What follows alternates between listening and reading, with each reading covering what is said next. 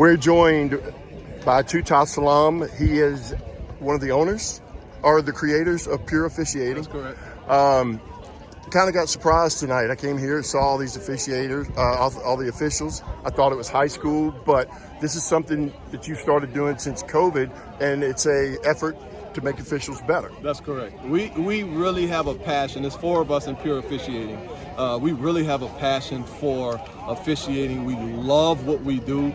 This is just an opportunity for us to interact and meet and fellowship with officials from around the country. There are officials here from as far as Washington State.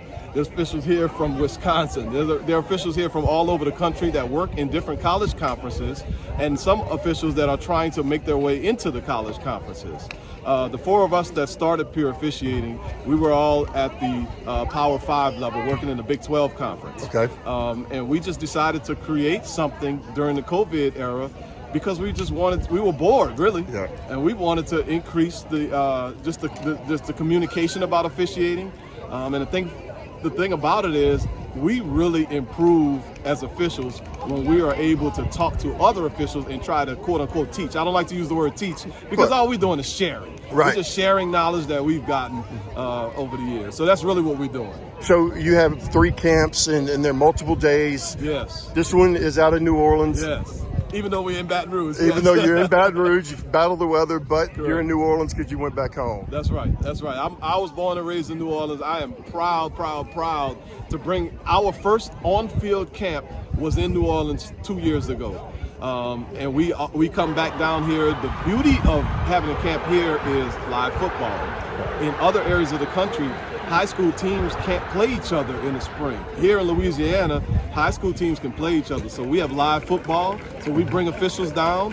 We have cameras. We have 4 cameras set up around. And tomorrow we're going to break down all of this game film in the classroom and talk to the different officials about what it is that they saw, especially on the flags.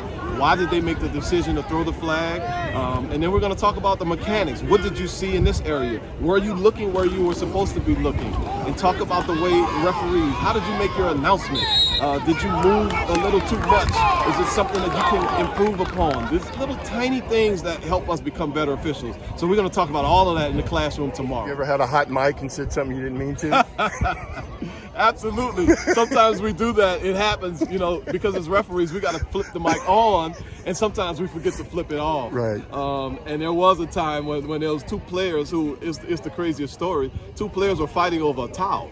One of the defensive players took an offensive player's towel, and they were fighting over it, and we had to go break it up, and we ended up almost having a fight over a towel.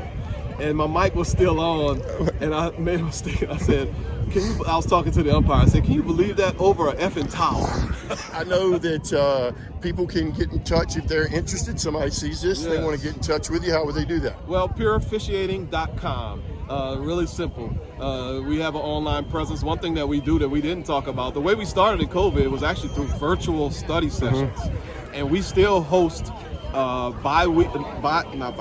we host weekly study sessions on Tuesday nights, live webinars. We'll take plays and we'll just break them down and talk about them from every aspect of officiating. And that's one of the things that we love doing. That's how we started. Our first on-field camp actually came after we did the virtual online thing. So yes, if anybody wants to contact us, pureofficiating.com is our website address. And if they want to reach out to us through email, pureofficiating@gmail.com.